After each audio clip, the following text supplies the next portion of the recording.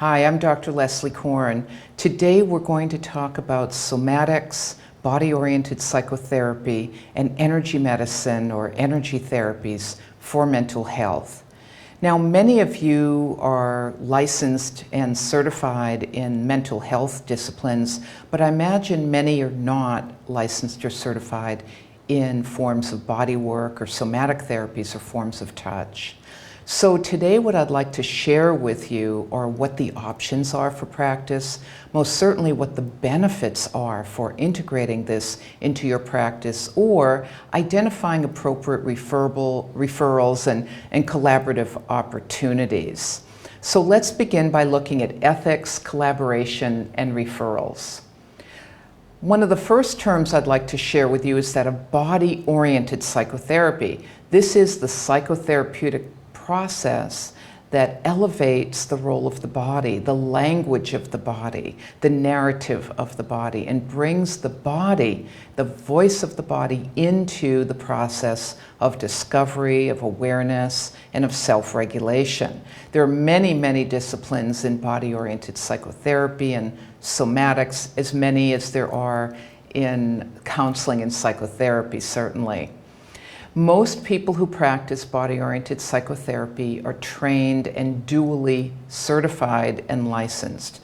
That means that particularly if you're going to touch the body, you need to be licensed by the state to touch the body. There are many forms of body-oriented work that don't involve touching the body as well, but engaging the voice of the body. And so there are both touch and non-touch forms of somatic therapies. Massage and somatic methods, as I say, are licensed by each individual state and they have various requirements. Some practices, for example, Reiki, that's usually done off the body, may have different requirements. Reflexology may have different licensing requirements. Massage therapy is generally licensed with a minimum of 500 hours up to 1,000 hours of training. I was very fortunate to be one of the founding members of the National Certification Board on Therapeutic Massage and Bodywork, and we certify over 150,000 massage therapists in the United States alone today. One of the best ways to explore the role of somatics and body-oriented therapies is to experience them for yourself, just like we experience counseling or psychotherapy for ourselves to understand the process and to heal our own wounds and to achieve our optimal functioning. So can we explore a variety of these methods to not only learn and help ourselves, but know what's out there when we want to make a referral for a client that we're working with. So one of the approaches I take to working with referrals is I want to certainly see the licensure or the certification, but as in any discipline, we want to also explore word-of-mouth referral, positive experiences people have had, and certainly explore if there have been any ethics violation or boundary violations that may or may not have been reported.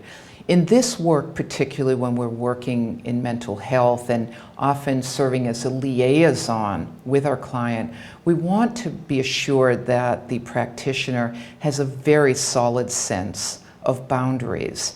And many massage therapists certainly are trained in ethics and boundaries and indeed are required, just as we are in mental health, to achieve a certain number of units in ethics every year. People don't always understand the psychology of ethics and boundaries in the bodywork field. And so this is an opportunity to explore who's in your community, explore perhaps some books that have been written.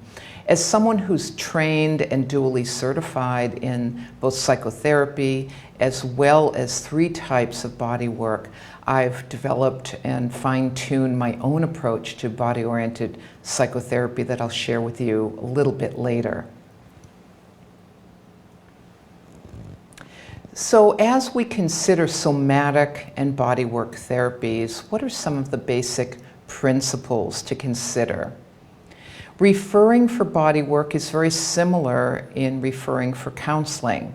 We want to think about the client fit or the match. For example, when we're referring someone, or we're referring for quick solution-focused therapy, do we look for someone who's doing cognitive behavioral therapy, or are we looking at long-term psychodynamic therapy or post-trauma recovery? The same principle can apply in body work. We've got very light forms of touch. We have off-the-body touch and body awareness, body movement, but we also have very deep forms of touch, what we think of as being analogous to directive touch, or a lot of pressure to change and a lot of pressure put on the musculature and the neuromusculature. So much of what we want to consider is just the isomorphic fit. What's right for this client? Are they kind of lethargic and depressed and stagnant, and do they need a lot of stimulation, a lot of deep tissue massage perhaps? Or are they so hypersensitive or anxious that really what they'll benefit from is a very deep, relaxing, light touch that may include rocking or induction into parasympathetic dominance by very light touch on the 10th cranial nerve. So as you explore in your own personal laboratory different types of body-oriented therapies, consider this as you're working with clients. Now, we may refer for a number of reasons. We may have clients who are in pain, and we want to help them reduce the use of NSAIDs, which we know can exacerbate depression and exacerbate and create decrements in liver and stomach function. So we know through evidence-based research that different kinds of body work improve pain, improve mobility, particularly in lower back pain, but not limited to that. Certainly just the basics of relaxation is something we can all benefit from. And I think of body work as a kind of guided relaxation. When someone is so stressed and hasn't cultivated the capacity to relax on their own, going to a relaxing form of body work is a kind of facilitated relaxation that can jumpstart and help the body, mind, remember what it is to deeply relax. Certainly, body-oriented therapies help improve awareness. We know that so many of our clients experience dissociativity. They may feel disconnected or numb, and just the process of somatic therapies can enhance self-awareness and help create a more integrated mind-body self. And this leads to then psychosomatic integration. There are so many physical sequelae of emotional trauma that often go ignored or considered unconnected to the original trauma. We know this, of course, in people with high ACE scores as well. And so helping people get in touch with their digestion through belly massage, and I'm going to teach you later how to do a self-massage on the belly. Or if it's relaxing by having someone cradle the head or rocking, whatever the approach may be, it may be that someone gets introduced to touch in their life by just having a simple pedicure that leads then to some reflexology and hand massage. Whatever feels right to your client, this is the subject of the assessment process. There are many layers to body work in the same way as there's layers to emotional processing. We often use the metaphor of peeling away the onion as we explore the events in our lives.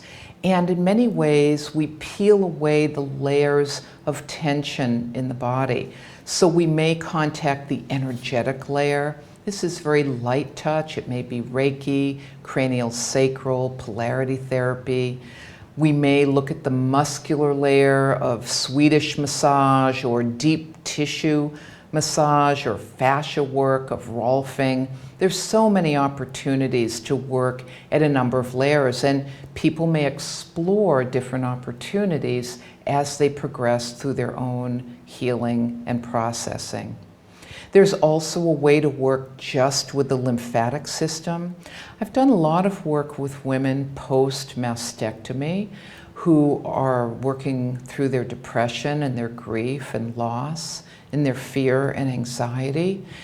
And often post-mastectomy can lead to edema and what's called lymphedema. And there are specialized techniques that are among the best approaches to reducing pain and lymphatic congestion and helping women gain movement and range of motion again post-surgery. There's basic nervous system work to help people begin to relax. And we've talked a little bit about the role of lying on your right side and rocking, and I'm going to teach you how to do that. When you lie on the right side, remember, you start to slow down that thinking left brain. And we naturally rock, and children and infants, I'm going to show you some techniques that rock and their benefits throughout the life cycle. There's also what's called visceral manipulation. I'm going to introduce you, as I say, to belly massage, and visceral manipulation really works the viscera, gets up underneath the diaphragm, which can be so tight, works the small intestines and the large intestine very gently to release digestive tension and therefore emotional tension at the same time, and to help alleviate any kind of either diarrhea or constipation, which is a very common sequela in trauma and depression, anxiety. I like to work in teams. As a body-oriented psychotherapist, I may do both body work and psychotherapy with a client, but I also do just psychotherapy and refer the client for body work, or I might do just body work and refer them to a counselor for just psychotherapy. So there are a lot of ways to be creative in the integration of this referral process. I've worked in my clinical practice with other clinicians as well, and when we talk about a niche approach in this work in integrative medicine for mental health, I'll share with you some ideas about group practice. I was very fortunate to be funded by the National Institutes of Health to conduct research on polarity therapy, which is an Ayurvedic form of touch that combines both Ayurvedic pressure points and cranial sacral therapy. And I was funded by the National Institutes of Health to conduct this research for over 3 years with tribal individuals up in the Pacific Northwest. And I've provided you with the research results because I wanted to look at the role of polarity therapy and a standardized protocol for reducing stress and pain in dementia caregivers. And I think you'll find these results fascinating. And I've also provided some reading on the protocol we developed and also the application of these methods across cultures. One of the roles of body-oriented psychotherapy involves the concept of state-dependent memory, learning, and behavior. This suggests that what is learned and remembered in one state of consciousness must be accessed and resolved in that state of consciousness. Now, this is based on the work of Milton Erickson and his brilliant protege, Ernst Rossi. And I encourage you to look at some of Rossi's reading, The Psychobiology of Mind-Body Healing. Over the years of my own practice, working with people who've been traumatized, it's become very clear that people hold memory in their body in the form of pain, numbness, areas for surgical intervention, areas that have been trying to speak their story, share their symptoms, but have not been heard through the language, and that's the language of touch, the language of somatic engagement. And so this is one of the areas that I think is especially important when working with people doing talk therapy, to understand how state-dependent memory learning is held in the body the memory is held in the body, often in a dissociated state. And the value of this work is to engage that story and to integrate it and de-dissociate it from its isolated state that continues to cry out for help as long as it isn't engaged and integrated. In body-oriented psychotherapy, hence, the body is the focus of the process. It integrates touch and talk, or the body without touch. And I mentioned earlier, the United States Association for Body Psychotherapy is a great resource to find in this area to identify not only an annual conference and journal articles, but also practitioners around the country. So how does touch heal? Touch arouses, it desensitizes, and transduces state-dependent memory. I'll give you an example of a very profound case, one of my earliest cases. I worked with a woman who was an elder who came to me with a painful shoulder spasm. And as I touched her shoulders, she began to talk and just talk about her life and talk about the shoulder spasm and how she'd had it her whole life. And as I applied very gentle but deep pressure into the spasm, I like to use the phrase, it hurt but it felt good. It was just at that level where it was a good hurt.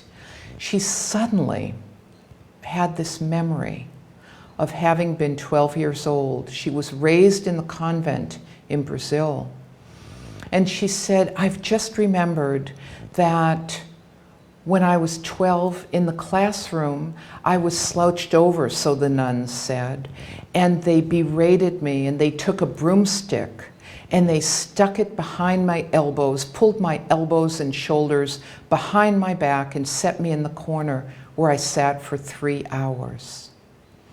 Now, she had not remembered this. Her body had cried out this pain and this trauma her whole life with intermittent shoulder spasms. It wasn't until this moment of touching the spasm and creating a space where it was safe to remember this state-dependent memory that she was able to allow it to come into her conscious mind, and we were able to process the trauma verbally. And we went on to work together for several more sessions, both releasing the chronic spasm in her shoulder, but also processing memories that she had not remembered for over 50 years.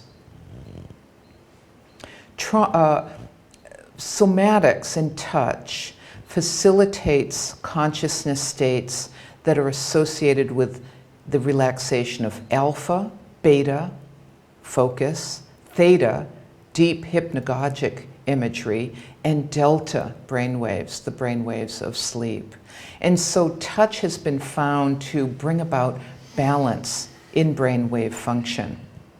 It can induce trance, and this is one of the benefits of inducing consciously a trance state in order to access state-dependent memory.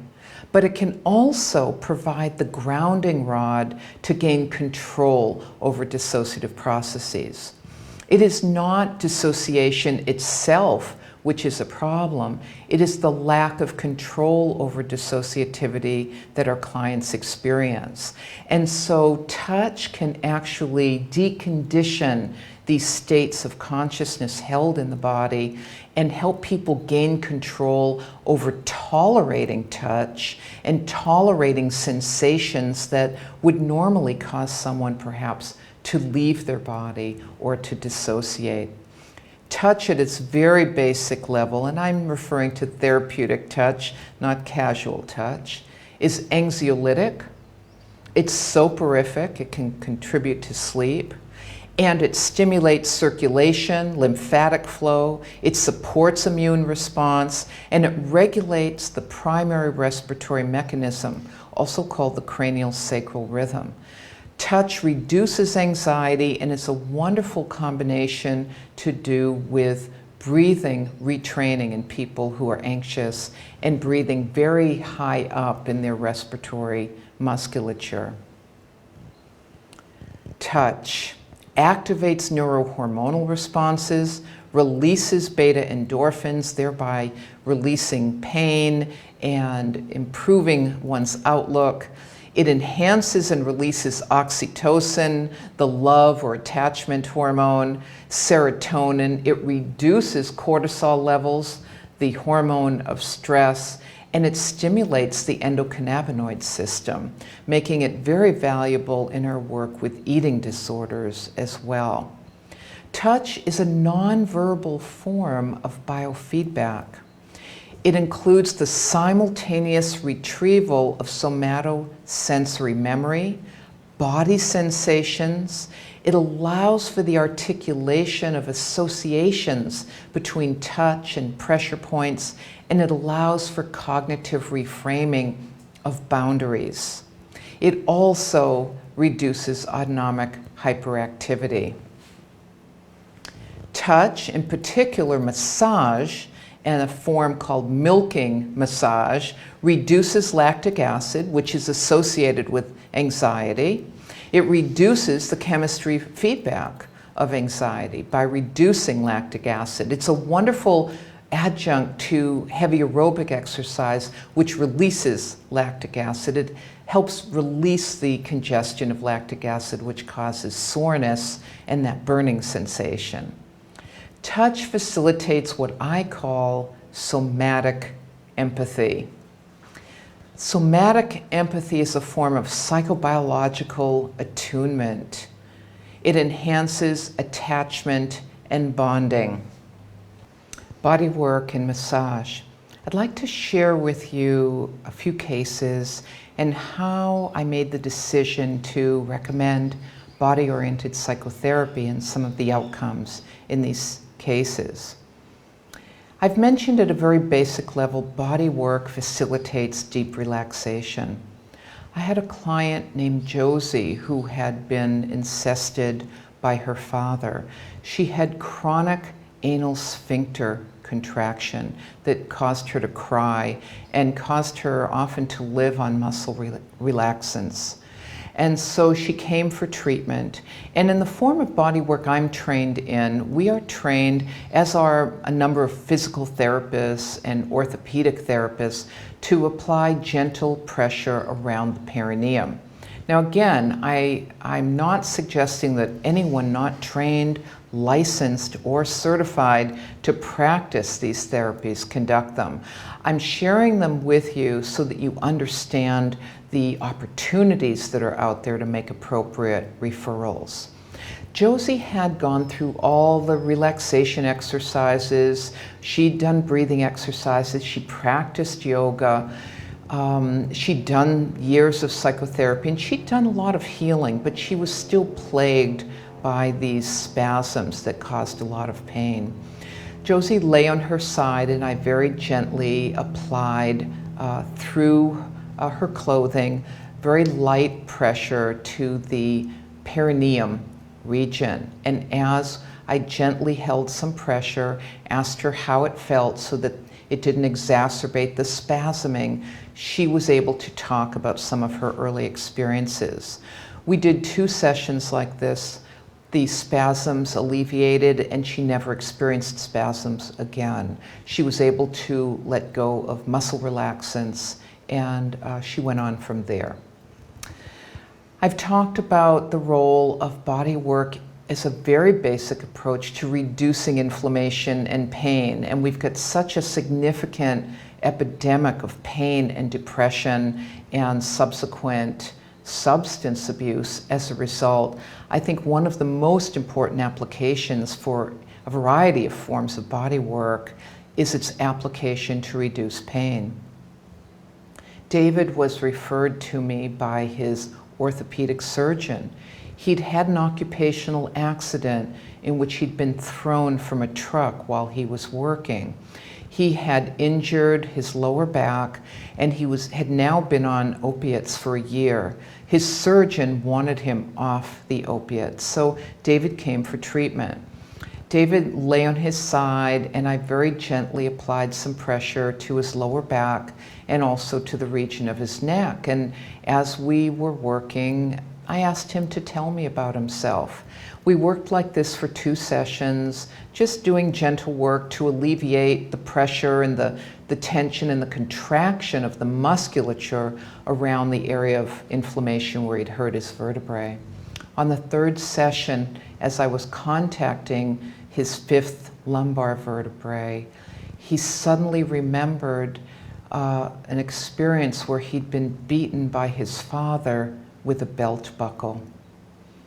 Now, we know that often people who've been traumatized or experience trauma in the same location of the body or the same kinds of experiences over and over again. And in this case, what was beneath this occupational trauma was actually an earlier trauma. David had not remembered this consciously, and we were able to work and process the physical abuse by his father. And we were able to slowly, over a 6-month period, very gently help him taper off opiates as we helped him change his diet into an anti-inflammatory diet, helped him use amino acids and natural herbal and nutritional painkillers. He was able to, at month 7, come off opiates altogether and went on to practice yoga and do self-care to keep pain manageable and reduced. I've talked about the role of touch and somatic therapies as a way to access and decondition traumatic memory. Also, touch has the capacity to therapeutically and safely, in a boundaried way, restore the capacity for pleasure and to tolerate pleasure. John was referred to me by his psychiatrist because psychotherapy was lagging. He was at a plateau. John had been incested by his mother, and his psychiatrist felt that perhaps accessing body memory might help him get over the hurdle of the denial that he acknowledged he was in. He lay down on the treatment table. We discussed the parameters of treatment, and I went to cradle his head in my hands. And within 10 seconds, he bolted up, he sat up, and he said, "I've just had a flashback of my mother's incest of me. Thank you, I got what I came for." And he went back to psychotherapy with the psychiatrist, and who later informed me in a consultation that he moved ahead in treatment. This is an example, I think of it as an almost a kind of exposure therapy. Now, most body workers are not trained in psychotherapy. They are not trained to facilitate this. Someone who's dually trained, I am, but most people aren't.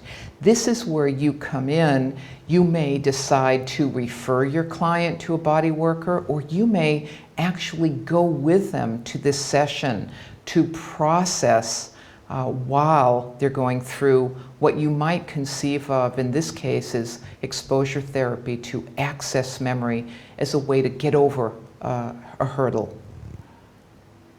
One of the most profound cases, a young woman with whom I worked by the name of Susan. Susan was referred to me by her psychologist because she had been suicidal for a number of years and had made many attempts through cutting her wrists. She was now preparing to come out of the hospital and transition into a halfway house, and her social worker thought perhaps some body work would help. Now I'm going to just take a break here and say that I hear your gasps through the camera here, because we often think of people who are suicidal, or that term that's often used, borderline, as people not at all appropriate for touch therapy. I would beg to disagree. I think these are exactly the people who need touch therapeutic, boundaried touch in their lives to help them hang on to their body, stay in their body, restore their capacity for pleasure, and not be overwhelmed by the many mixed feelings people often have. So Susan was just one of these individuals, and I knew that she was very frightened of feeling and sensing her body. And so when she came in for our first session, I introduced Bodhi, my therapy dog, to her, and I asked her if she would touch Bodhi, if she would feel the sensations of stroking him, and talk to me about what she felt in her body as she stroked his fur, as she felt his paw, as she felt his tongue lick her hand. That was our first session. We then planned at the second session where we sat across from each other. I was certainly not going to ask her to lie down and be vulnerable on a treatment table. So we sat across from each other, and I asked Susan if she would touch her own hand with her other hand and begin to massage and just feel her hand. And I taught her a little bit about how to apply pressure to her fingertips and a pressure to her palm. And then I asked her if she was ready to apply some pressure and just feel and get in touch with the feeling she had over the areas of her wrist and her arms where she had scar tissue from the numerous suicide attempts. This was session 2 and 3.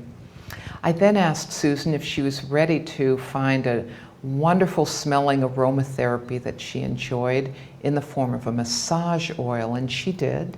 And I asked her to bring it in, and I asked her to apply it to her hands so that she could apply a soothing stroke and apply a soothing stroke to the areas of her arms where there was scar tissue. While she did this, we processed her feelings, her often hyper reactivity, her sense of overwhelm, and we would take it step by step so that she was very comfortable in what she could tolerate. We didn't push it too hard. Her next session, she came in and she knew that one of our goals was then for me to touch her, and she said, "I'm ready. I want Bodhi here by my side." And we sat there and I asked her, "May I take one of your hands in mine?" And then I applied the pressure and the oil to her hand, just as she had done. And I asked her to describe for me what she was experiencing, how she felt, and I went just as far as she could tolerate. For Susan, her experience of extreme trauma in childhood involved sexual abuse that combined both pain and pleasure. And so for her, the experience of pain and pleasure was very tied together in body sensation. We were working very diligently to help her tolerate being in her body. I think suicidality, after all, is the ultimate dissociative state of consciousness.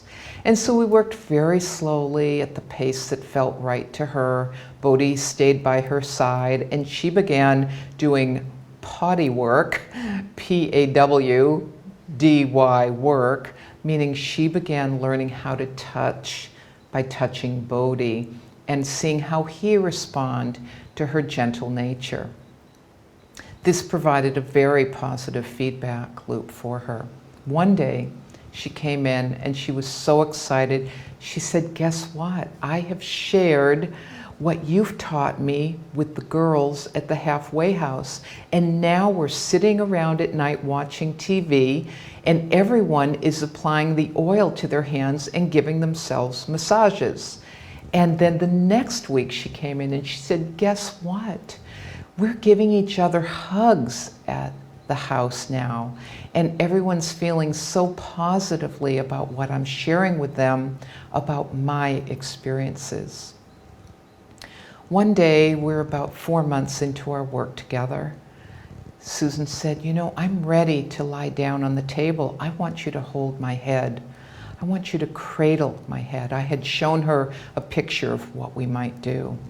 She lay down on the table. She said, but I want Bodhi by my side. I trust Bodhi. So Bodhi dutifully came and lay down under the table next to her. And we started with breathing. Now, Susan was breathing, I was breathing, but we didn't know that Bodhi was going to join in. And he started his own deep breathing, aka snoring. So we're all breathing in and breathing out and breathing in and out. And then I asked Susan if she was ready, and I cradled her head. And she lay there going into a deep state of relaxation. At the end of the session, she sat up and she said, thank you, I think I've graduated. And we finished processing her work together, and she went back to her home, her halfway house. She continued her work with the social worker, who later contacted me at 3, 6, and 9-month intervals that she had had no further suicidality. She had actually gotten a part-time job and was planning on going back to school. I had a psychologist refer Amy to me. He was concerned that she was undergoing a lot of elective surgery, in particular liposuction to her thighs. She'd had 4 such surgeries. She had scars. She was in treatment for trauma, but the trauma was not getting better, and her reaction to sensations and triggers was not improving, and she was now wanting to do 1 more surgery. I've mentioned during the assessment module how addiction to surgery or excessive elective surgeries can be a sign of sexual abuse or adverse childhood events. And so the psychologist felt that perhaps some body work might help Amy. And so Amy lay down on the table. She'd had body work before, but she hadn't experienced the integration of talk and touch. I asked her if I could place my hand on the outer thigh, on the fascia lata, and apply some pressure where she'd had the liposuction, and she said yes. And as I applied some pressure points, and let me remind you, in the tradition I practice, light clothes are worn, and I think that's usually recommended.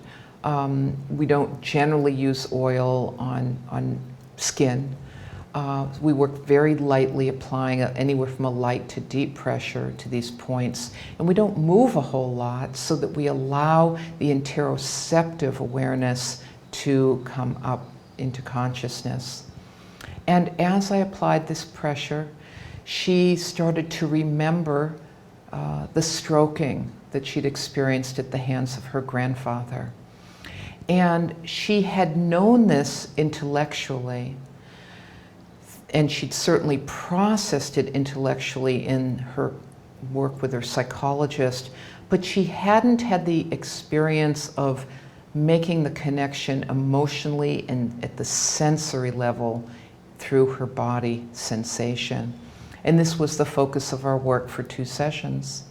She went back to her psychologist and said, I'm going to hold off on liposuction. I heard 6 months later she still had not done liposuction and was making progress in her psychotherapy.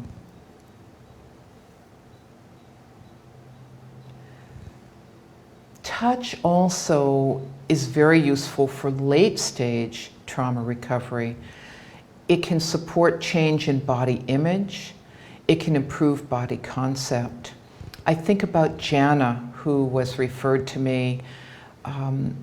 She had done years of psychotherapy. She was a very well-functioning professional, but she came to me and she said, you know, I just don't feel like I feel I should feel. I don't feel my body, and I certainly don't feel like I'm in touch with my sexual energy as well. And so we were able to do some very gentle work, working together in areas where she felt numb in the pelvis and the lower abdomen. As we worked together, she had a memory that she released about abortion that she'd had, and we were able to release some chronic contractions of her pelvis and her groin area. And we worked together for 8 sessions, and she was then able to return with her partner feeling like she could explore some more sensory experiences with him. I'll share just one more case with you. I worked with someone who was in recovery from bulimia and substance abuse. When she came in, I said, "Tell me, where would you like to work? Where would you like me to touch?" And she said, "Oh, please get your hands underneath my diaphragm, underneath my rib cage. I feel like I can't take a deep breath. I can't breathe." As I went underneath the diaphragm, and I'll show you some photos of this a little later on, and we were able to release the contraction of that musculature, she took a deep breath, and we integrated some deep breathing with this. And she said, "Oh, I haven't relaxed so much since I gave up recreational drugs." And it gave us a hint about the reasons for her use of drugs. And it also illuminated some of what she was after in purging sensations and purging behaviors. As I mentioned in our yoga module and the yoga videos that we looked at, purging releases the diaphragm. It releases inhalation, expiration. It releases deep relaxation. This kind of body work, we call it visceral manipulation or diaphragmatic massage, also can help people who feel they can't get a deep breath. Or one of the images she used was, it feels tight as piano wires, and it feels like you've played them and helped them relax. And so we've got so many creative opportunities for working with people who have involuntary contraction and hold on to these body memories. We can explore kinesthetic and proprioceptive boundaries with people from early stage of recovery where they're trying to engage in self-care and find self-regulation approaches to maintain sobriety, all through the end of the spectrum of optimal functioning. I'd like to share with you some images of bodywork techniques that I'm discussing. This first one you see is called the cradle. In this image, the hands cradle the neck and the occipital condyle. You'll see the forefinger come out on the other side of the ear, contacting the 10th cranial nerve, the vagal nerve, which is facilitating deep relaxation. Here you see the hands come down the neck and release some of the tension in the sternocleidomastoid and in the scalenes, which are always involved in hyperventilation. These are the neck muscles that often lead to headaches, neck pain, even jaw pain and TMJ. The North Pole stretch is a very gentle traction where you stretch the cervical vertebrae. This is called a stretch and flush, and it's theorized to release endocannabinoids.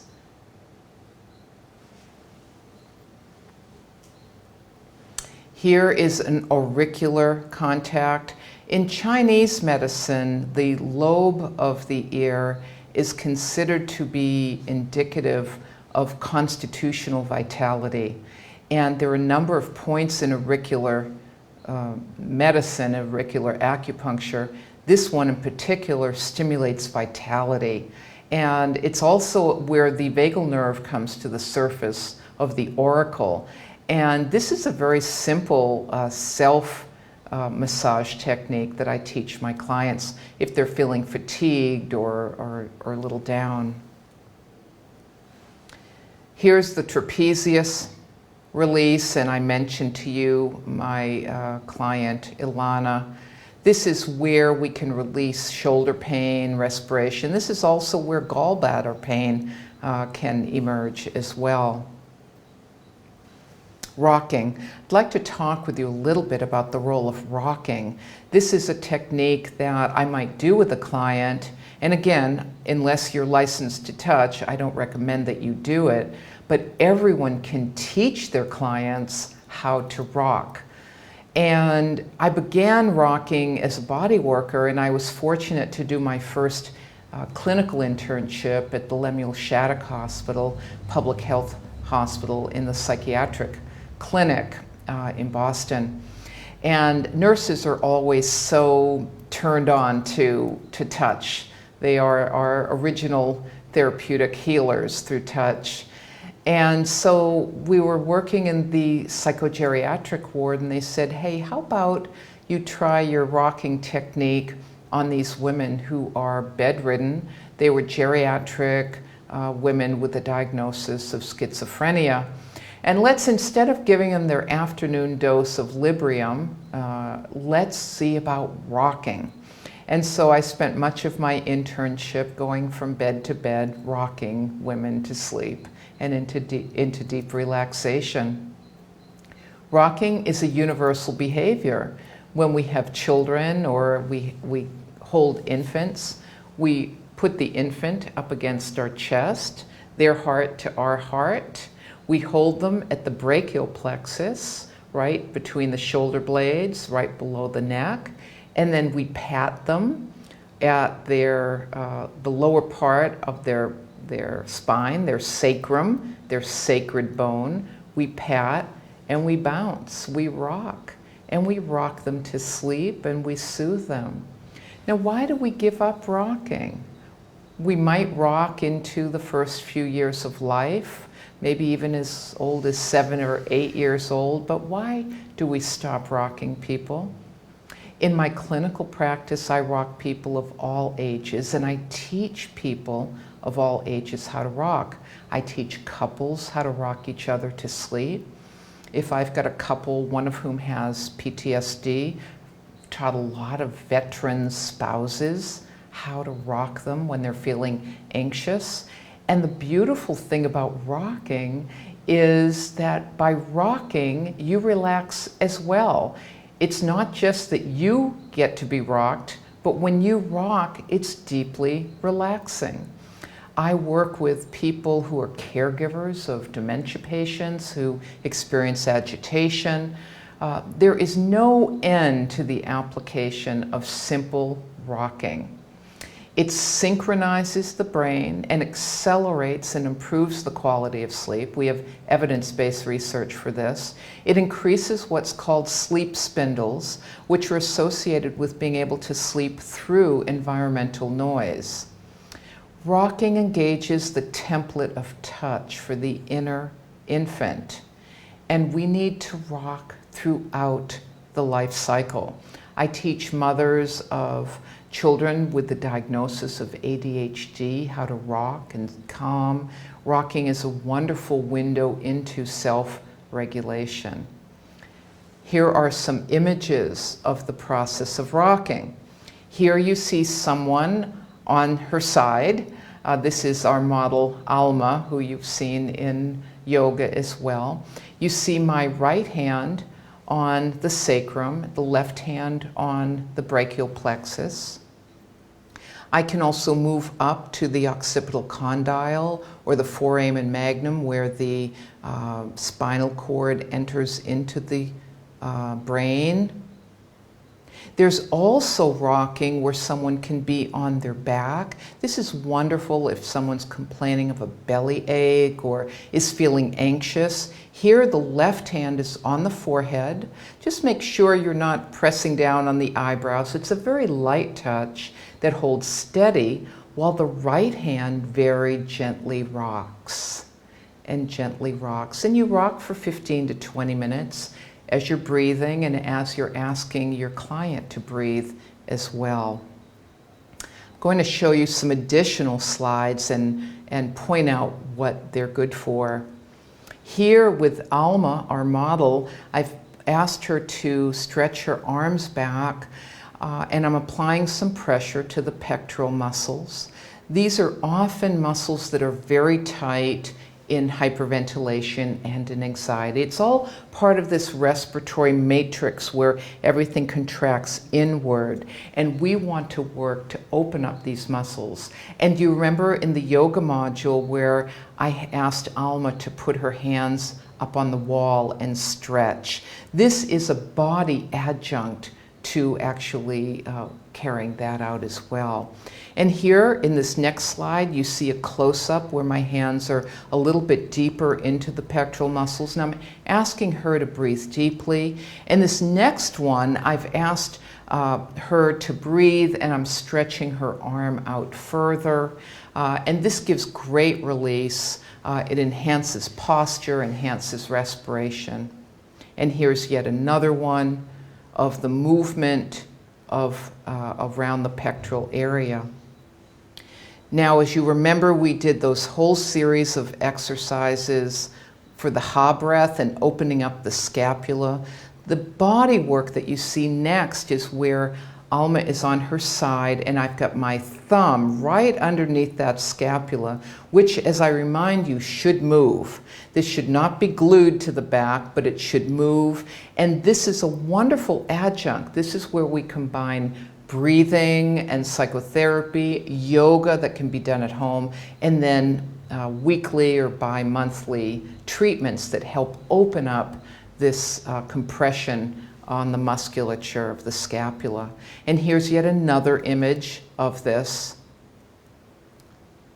And these are just some other images showing the progression from the bottom of the scapula up through the top. Now here's an image of being on the stomach, facing downward, working on these same points. And in Ayurvedic medicine, there's a relationship between tension in the scapula and tension around the middle of the back in the kidneys. And so this is another example of relationship of pressure points. And here, an anxiety and respiration point. If someone isn't comfortable lying down, you can work to release the scapula with someone sitting up. Visceral manipulation is so effective for anxiety, bulimia, and purging behavior. I mentioned that binge eating engorges the stomach. It puts pressure upon the diaphragm and gives a full feeling. The contraction and heaving motion of the diaphragm stimulates the vagus nerve, releases the chronic musculature contraction of the diaphragm. It leads to an anxiolytic effect. Phren is the Greek word meaning phrenic nerve at the diaphragm. It's the Greek word meaning both diaphragm and mind. So well understood by the Greeks was the relationship between the diaphragm and the mind. Gentle manipulation of the diaphragm will stimulate vagal activity, stimulate phrenic activity, releases parasympathetic response, and provides relief and relaxation. Now, this is an adjunct to the Uddiyana Bandha yoga that I taught in the previous yoga module. And here's an image of preparing to do this. This is applying just a little bit of relaxation to the abdominal area as I begin to move up towards the diaphragm. And because the diaphragm is a very sensitive area, I like to prepare the individual with some gentle abdominal massage and gentle pressure point. And now we see moving into the diaphragm. And a good visceral manipulation therapist, many PTs are trained in this, some OTs are, people trained in cranial sacral and polarity therapy are trained in these approaches. And you can see here I've placed my hand underneath the diaphragm. Oftentimes really to contact the diaphragm at the back. Oftentimes people have mid-back pain that's really related to contraction of the diaphragm. Now, one of the things that we discovered as we were doing this belly massage is Alma said, you know, I feel some tension in my intestines, and I feel like I've got a little pain in there. And so I taught her how to do a self-belly massage, and I think this is a wonderful way to introduce clients to do therapeutic touch on themselves. And so I'll walk you through a few of these slides and show you the process. Now remember that peristalsis goes in centrifugal order. So you're going up on the right side, over the transverse colon, and down the descending colon, and over and around. So you're going clockwise when you're giving yourself a nice belly massage. And I'll teach people who've got IBS, who've got Crohn's, who may just have tension, constipation, diarrhea, how to massage their own belly. And as I go through these slides, you can see her progression. This next image is that of the resting butterfly. And you saw this in the yoga module. And this is a wonderful release for pelvic tension, for menstrual cramps, for back pain, and where you basically put a pillow, if you need to, underneath both of your knees, and put your soles of your feet together and let your knees fold outward. And you can apply a little pressure with your thumbs to the pelvic or the pubic bone. And this is deeply relaxing. Women that have PMS or menstrual cramps or even endometriosis feel very relieved. Men, I've done this work with men who have prostatitis as well, just to provide some relief. These points along the fascia lata that I mentioned a little earlier, the iliotibial band, often reflect stress and adrenal tension. Another very simple way to self-massage and to feel the pain in the body and then to release it through gentle self-massage. I'd like to transition now to introduce some concepts about acupuncture. One of the questions we often ask is, do I refer for acupuncture or body work? And why would I refer for one or the other? And as someone who both trained in acupuncture in the early 70s and who was clinical director at the New England School of Acupuncture and has practiced body work, I've had lots of experience in understanding what might work for one or another person at a particular stage in their healing and their path to recovery. So why would I refer for acupuncture and body work? I find that body work elicits a lot of emotional affect, a lot of emotional feeling. It's also much more intimate and involves often more trust. And so if I'm working with someone for whom those are challenges at this stage in their recovery, I may refer them to acupuncture. On the other hand, acupuncture can feel invasive. Certainly there's acupuncture that's very light, like Japanese-style acupuncture, where the penetration of the needle is very, very light. There can be deep penetration of the needle in Chinese acupuncture. And for someone who has been penetrated or who is in recovery from inappropriate penetration, the symbology and the actuality of a needle penetrating their skin may not be appropriate. And yet, for someone for whom body work may feel too intimate, the separation that comes with acupuncture and the touch mediated by the needle and not the hand may be just the right thing for them at that stage of recovery.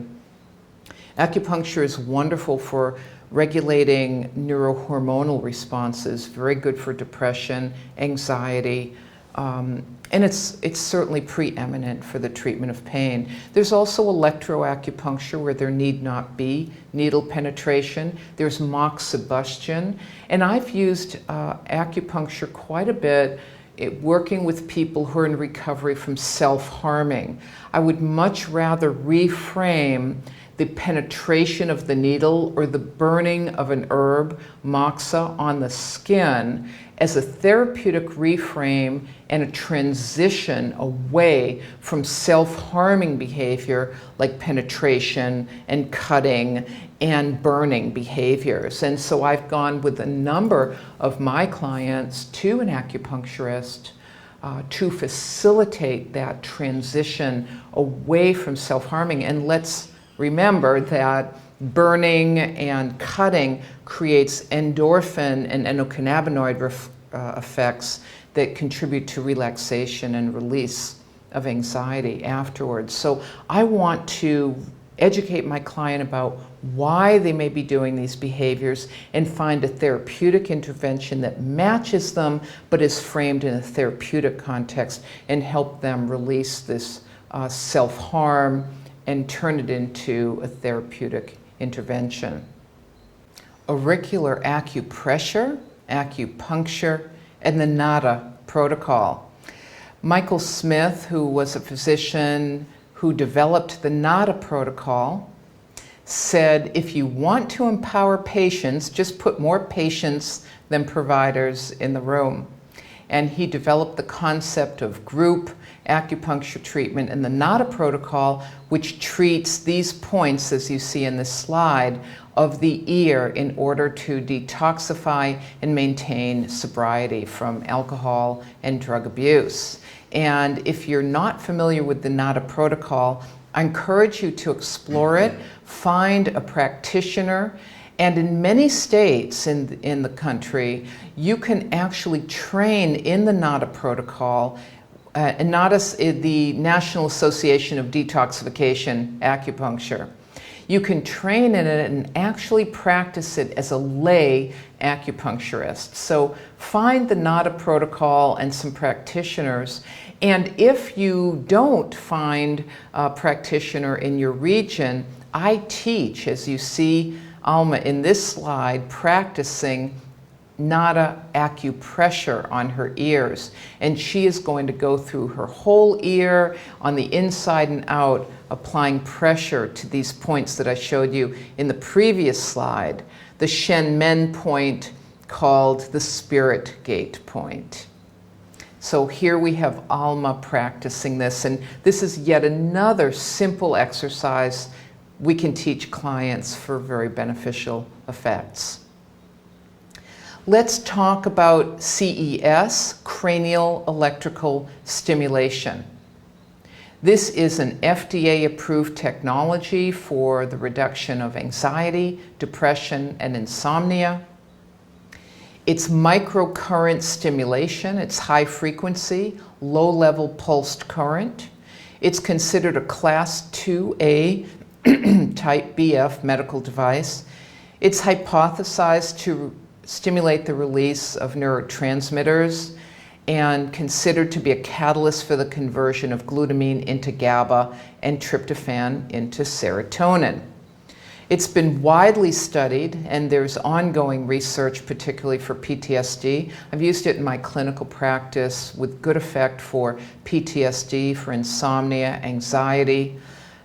It's good for depression, withdrawal symptoms, fibromyalgia pain. It's been found to enhance cognition, improve brainwave synchrony, enhance neurotransmitter function. It's used for relapse prevention. And many of my clients get a little a mobile device that they can wear, and they keep hooked up on their earlobes throughout the day when they're feeling like they're having challenges with cravings as well. Now, there's a variety of research, and research is both positive and negative. It's the sum total is it's inconclusive, and I've given you some references here that are more recent. There's a low strength evidence suggesting there's a modest benefit in patients with anxiety and depression. In my own clinical practice, I have found some people respond well to it and some people do not respond to it, and a few people respond negatively to it. One of the things that it does, in some ways like EMDR, is it stimulates and improves REM sleep. And with REM sleep improvement, often it occurs an increase in dreams and sometimes traumatic nightmares. And so just keep an eye out for this, and it may not be right for everybody. I like to give a loaner for the cranial electrical device. It's not inexpensive, and there's no sense someone buying it if they haven't benefited from using it for a couple of weeks. One of the sources that you can identify is cranial electrical stim, is Alpha Stim cranial electrical stimulation, and they provide extensive training as well. Let's take a moment now to share some resources to continue your studies of bodywork and finding bodywork practitioners. There's the National Certification Board, where you can find certified practitioners all over the country, the American Massage Therapy Association, and the Massage Therapy Research Foundation has a wonderful database of all the research that's gone on in massage therapy for both physical and mental well-being. More bodywork resources are the American Polarity Therapy Association, the American Cranial Sacral Therapy Foundation, and the United States Body Psychotherapy Association. Acupuncture and Biofeedback, the National Acupuncture Detoxification Association, and you can find their annual conference, training, and reading materials on their website. The Institute of Heart Math is certainly a wonderful approach to heart rate variability and biofeedback.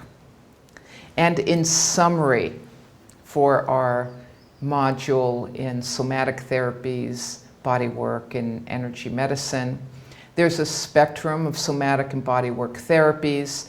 There are different stages of treatment that each type of intervention will benefit.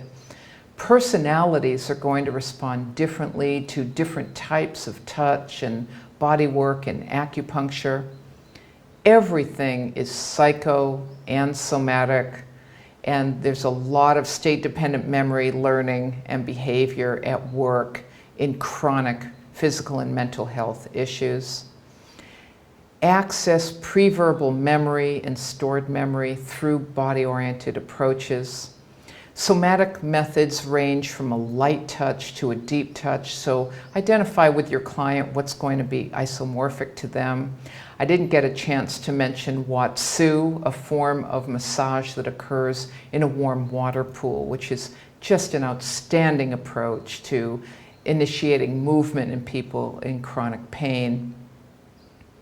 You can apply various forms of body work for various stages of recovery from trauma. Differentiate somatics and touch from acupuncture and other energy methods, and there are multiple other energy methods we didn't have time to explore. Cranial electrical stimulation and its application is a wonderful approach to enhancing neurotransmitter function, increasing parasympathetic dominance, and then, of course, the opportunity to collaborate and refer. You may decide to train and get licensed in a body-oriented psychotherapy. It may be a non-touch form, a touch form, or you may decide to explore for yourself what works for you and what's going to work for your clients, who's working in your community. Think about how you might collaborate with people. You might invite someone into your office to share your office, who you can refer to and collaborate with. It's possible to send someone for a series of treatments and then they come back and process their experience. Or you may alternate psychotherapy or another intervention with a form of somatic therapy. There's no right or wrong. It's all subject to your own creative and innovative approach. Thank you so much.